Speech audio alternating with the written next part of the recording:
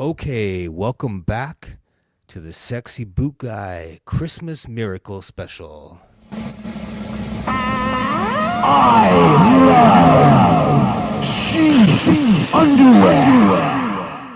I'm going to call this is a Christmas love letter to the Red Wing 10877, the 10877.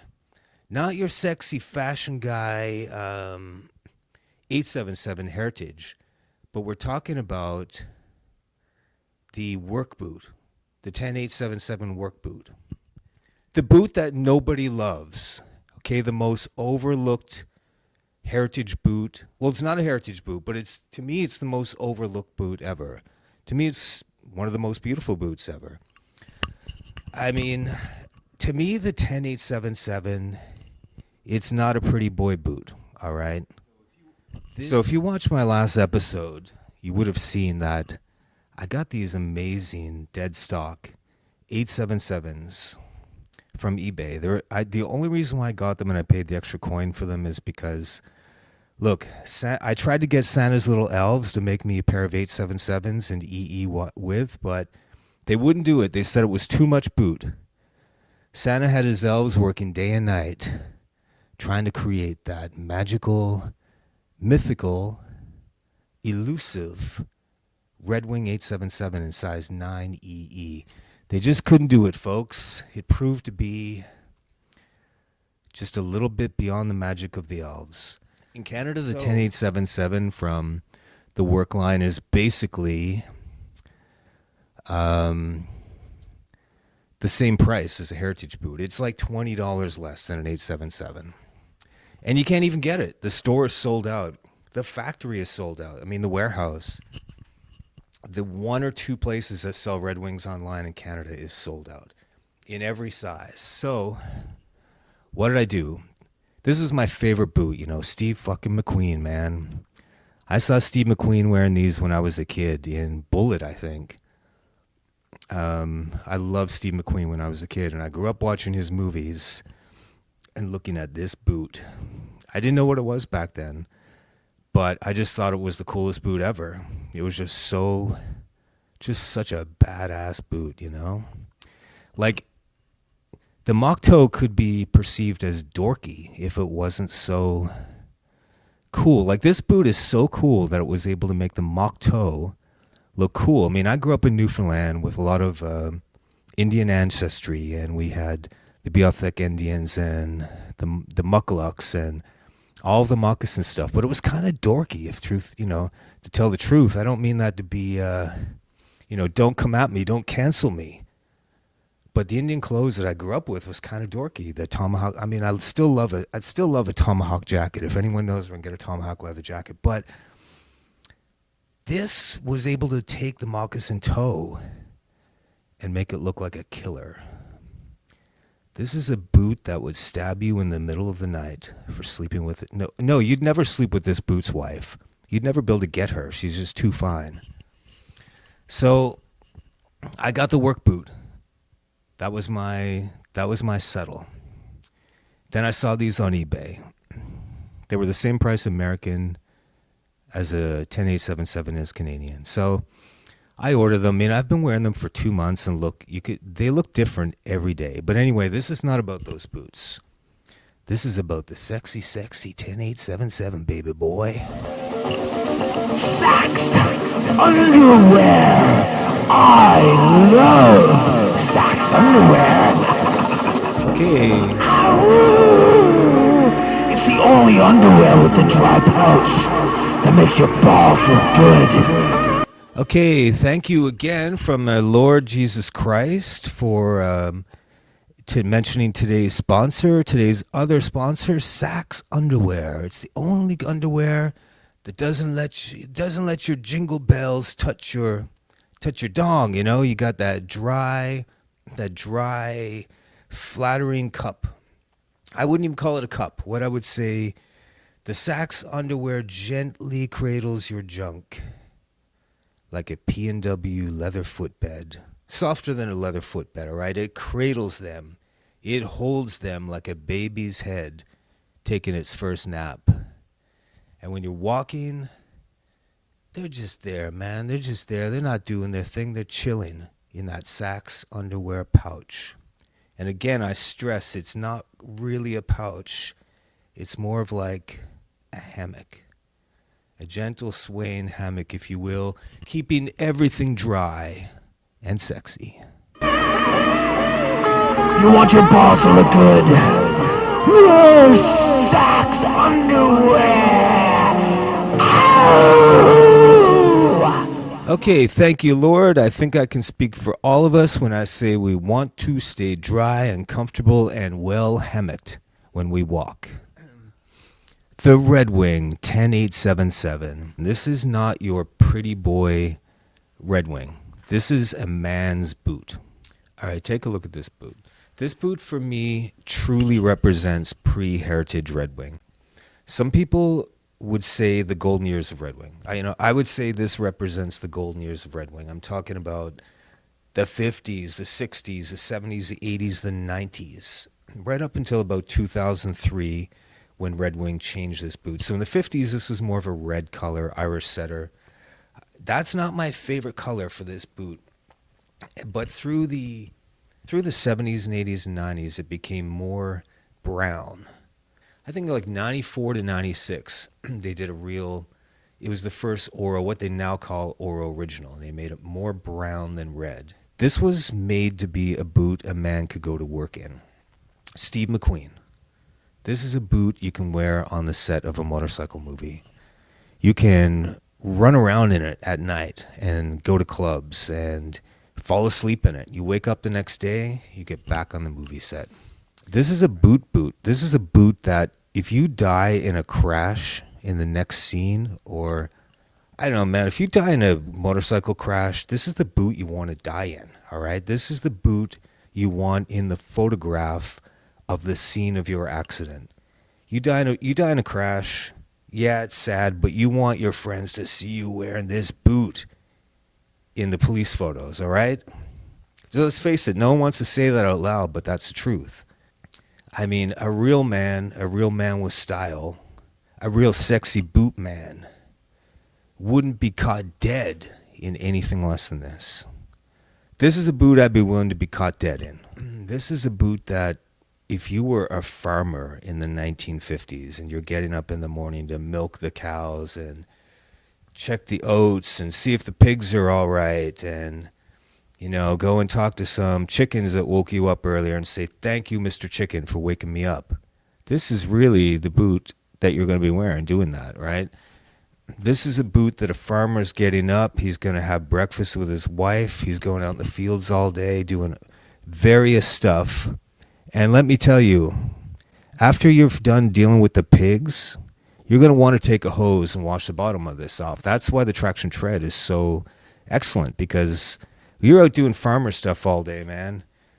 You're going to be going from the pigs to the field to your wife, going in to have a little afternoon rendezvous with the wife. You don't want to go in there right after coming out of the pigs, right?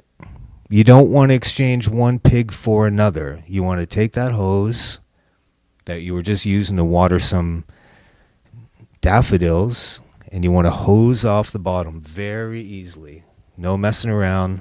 You don't want all that pig, you don't want the essence of those pigs getting stuck in the grooves. This is why this boot is so good.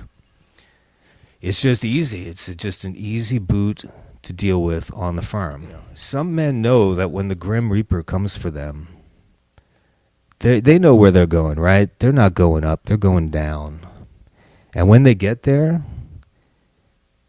this is the boot that you want to be wearing to kick Satan's ass. Okay, if you're dying a crash and you know you ain't going to heaven, you want to be wearing this boot just so you're prepared to kick Satan's ass in this thing. You're not kicking Satan's ass in some heritage boot, man. You get it messed up. You're not kicking Satan's ass in a chukka. You're not kicking it in a Viberg service boot. It's too pretty. It's too thin. This is the boot that you're going to be wearing when you're doing those dirty deeds down under, if you know what I'm saying. And I'm not talking about the farmer's wife here, okay? This is the boot that you want to walk through hell with so that nobody fucks with you. If you're plowing the fields and milking cows in Amish country, circa 1935, you're probably wearing these boots. Okay, let's face it. Yeah, guys go into Red Wing every day and they say, "Oh, give me the 877, the heritage one. I want the heritage boot. That's the only one that's pretty enough for what I'm going to do with it." Just imagine what it must be like to be a bloodhound. Hey, Kevin, that's a really interesting question, but I don't think we have time for this today. We're doing a boot video here, Kev. It's all well and good when you're out there finding some missing kids or something. Right. But what about when you're just at home with your owner? Okay. So, wait, Kevin, I will entertain this for one moment. So your question is, what if you're a bloodhound, and normally when you're doing your job, you're out there working, you're looking for missing kids, you're trying to find a criminal on the run, they give you a sniff of his clothing, they say, find this guy. That's all well and good. That's a bloodhound in his element. That's a bloodhound in the zone. That's a bloodhound. He's just vibing. He's doing his thing. But what about when you're a bloodhound and you're at home and you just want to relax and shut off your nose and not think about work anymore? What is that like? What does that be like, Kev? A bloodhound, when he's at home with his owner's gotta smell everything. Yeah. Right. Hurry up now, Kevin. Kevin? Your master comes in and he's just had steak and gravy. And now all you can think about is steak and gravy. Kevin, is steak and gravy code for something? Oh, did I tell you? What? I had to get rid of my dog. You had to, what, Smuckers? Smickers? Yeah, Snickers. Kevin, why did you have to get rid of Snickers? Oh, why? Yeah, why? Yeah. Kevin, you loved that dog. Had a fucked up puppyhood. While he was with you. So he was acting all weird. But Kevin, Snickers spent his puppyhood with you. Wouldn't you be responsible if his puppyhood was fucked up? Kevin, I gave him away. Kevin, why did you give away Snickers? You would love that dog, Kevin. I don't understand why you did this. What I want to do is start over with a new dog that's already been raised by a loving family. No, Kevin. If a loving family raises a dog, they're not going to want to give him away. What? Kevin, they're not going to want to give you their dog that they raised. Their kids love that dog. The family loves that dog. Why would anybody give you their family dog? By a new dog that's already been raised by a loving family of a man and a happily married wife and their 2 kids. And they've raised the dog from a puppy and they've given him treats and patted him and given him love. Kevin, I don't understand why you didn't just raise Snickers that way. Kevin, we don't have time for this, all right? We're doing a boot video here. Kevin? What? No, I didn't mean it like that. Like what? Not the gay stuff. Okay, Kevin, we don't have time for this, okay? We're doing a boot video, Red Wing 100877, okay? These are the boots you're still wearing today if you're running through the back of Amish country, you know? This is the 10877, man. Like, this is the boot. It is my understanding that the Amish like things that are built for life, okay? They don't buy their stuff at the dollar store. They're not buying a throwaway Blundstone. They're not buying a Converse Chuck. The Amish buy things that are going to stand up and last for a long, long time, okay? I have Amish friends. Not really. There's no Amish in Canada, but it is my belief that if I had Amish friends, they'd be wearing this boot. I when I got my first Triumph TT 600, I bought this boot as an homage to Steve Queen, just because I wanted to feel like Steve Queen, all right? I got this boot, man. I wear them when I'm mountain biking. I wear them when I'm sprinting. I wear them when I'm trail running. I do hill sprinting a couple times a week, and I go up to a 40 degree hill here in town. It's got some dirt and grass on it. I used to do it in trail sneakers. I used to do it in running sneakers. I do it now in the 10877, and it's just incredible for trail running. Like, this is the original barefoot boot. You know, look at that. It's a big open barefoot sandwich that your foot can roll around in. You can do yoga. You could do ballet. I feel like you could do ballet in these boots. Just because they allow your feet to... They just allow your feet to flex and move and roll, and it's like you feel like you're being protected by a big leather sock, or like a leather cast. You know, it's almost like a leather cast because it's just you've got this perfect protective sheath underwear. Show today is brought to you by Sheath Underwear.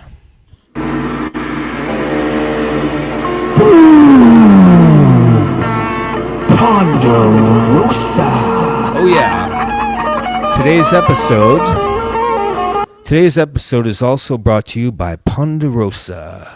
If you want to get a steak and all-you-can-eat sundae with a baked potato with it for $9.99 in 1983, go to Ponderosa. This is probably the boot you're wearing in 1983. Honestly, if you're a working man in 1983 and you're out there, you're building buildings, you're building a house, you're an Amish guy working on a house all day, you're probably taking your lunch break and going to Ponderosa and get one of those steak deals, okay? What's that called? When your balls touch your junk? I don't know, Lord. What is that called? Right. It's gay. Okay, now.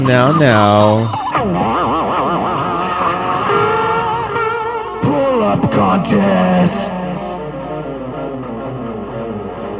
No, we If don't you have... want to win a pull-up contest, you gotta No. have that grippity grip. Right. Grippity, you gotta get that grippity.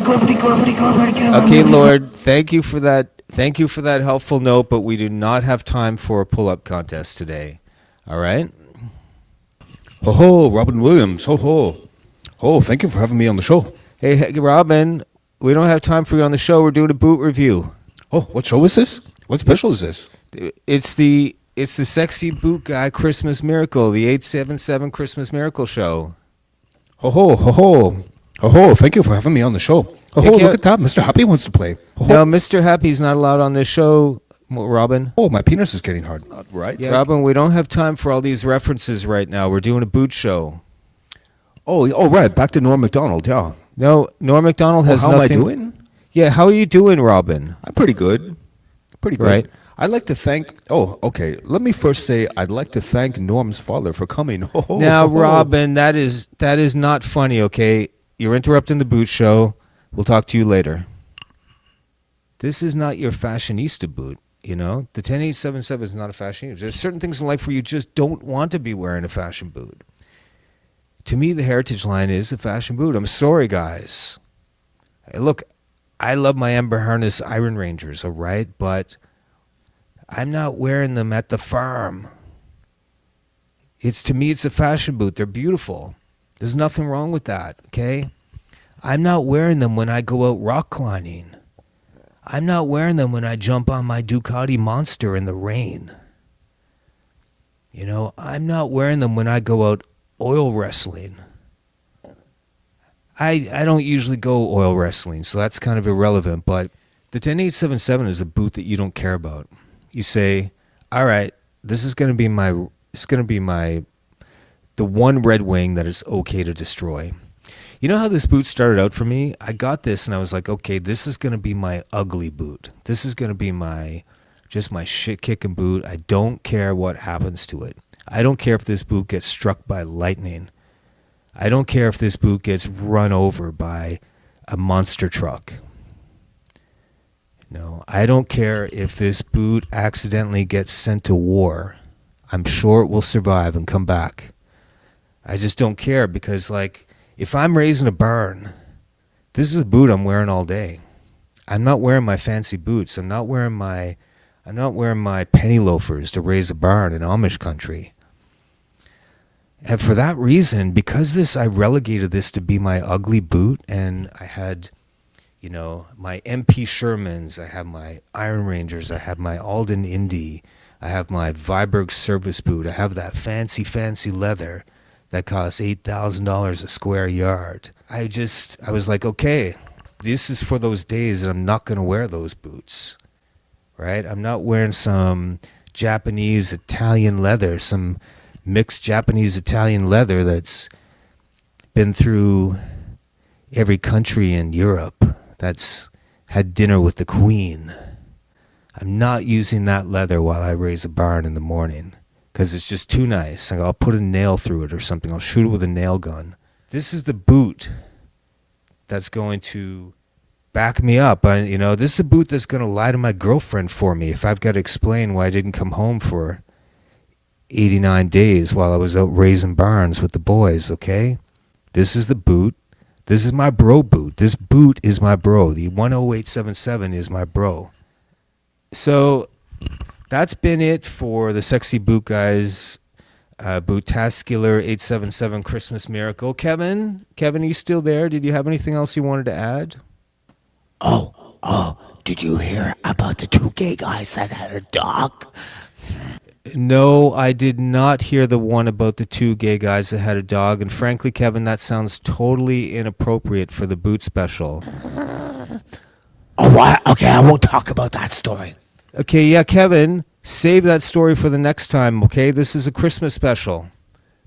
Did you hear the story about the 2 homos that adopted a dog? Now, Kevin, come on. That is not right. That is not what Christmas is about.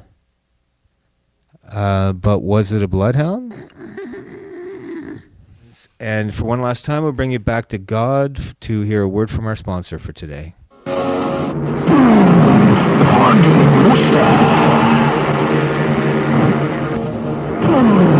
I love Sax underwear. It's the only underwear with a pouch that keeps your dong and your balls from touching. Make sure they don't touch. Oh, that's gay. Wow. Okay, God, thank you very much for, and we'd like to thank Sheath Underwear and Sax Underwear today for sponsoring the show. Sometimes life gets hard. Don't let your chum touch your underwear.